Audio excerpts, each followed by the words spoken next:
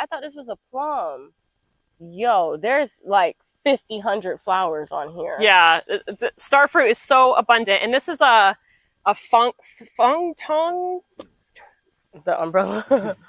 Wow. A fwang tong variety. I have so no idea the differences. Well, it's very important to know the difference because there are some skunky star fruit out there, and you don't want to get that variety. I wonder if I got it. I have this variety is like very plump and very yellow. It's like green and then turns to yellow, and it tastes like a green grape and an apple.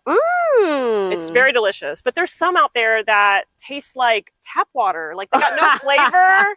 I'm like, I do not want that variety. No, not tap water.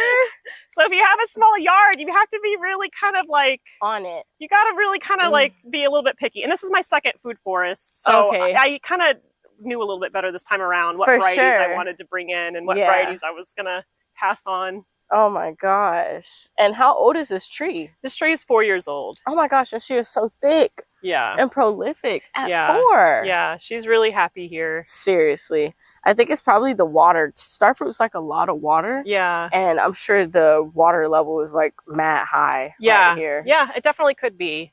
The only downside, and again, if you're looking to start a homestead or plant some fruit trees, the only downside that people warned me about was that they don't like wind. And because I'm on this canal, it does get really windy. So I always kind of stress out a little bit when it starts to set fruit and then we get some storms. But honestly, I haven't had any issues. I think she produces fruit twice a year. So I'll get fruit the end of summer or kind of fall. And then I think again over the winter time. I think it's twice. So fall and winter, those are like top hurricanes. I know definitely Christmas because I'm always eating star fruit around Christmas time. Yeah.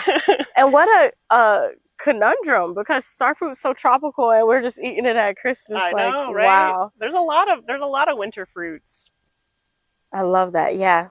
Winter is like our best season. Yeah. And people don't even understand. They be so mad online when we're posting our tomato harvest. They're like, yeah, right? I'm like, 3 inches of snow under. I'm like, yeah, baby, no, look at my grapes. That was really cool. Although, tell me, like, did they taste good? Because I couldn't tell from your facial expression. Everyone said that because it wasn't like good. It's like medicinal. Like it was I could compare it to like cranberry juice. Okay.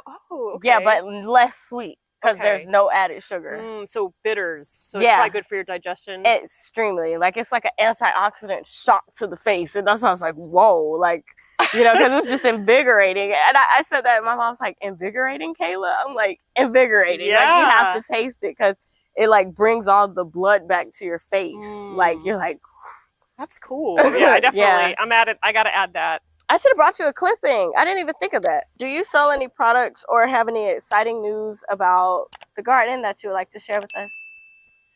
I don't have anything to sell. I'm not gonna bait and switch you with anything. My only thing that I want to do is I feel called by my higher power to help others, to inspire others, to show others that you can do this. This is obtainable. I work, I have a job, I have 2 kids, I, have a marriage to maintain, I have friendships, I do it all, and I also do this. You just have to prioritize what is important to you, and everyone's priorities are different. My priority is I want to eat close to nature,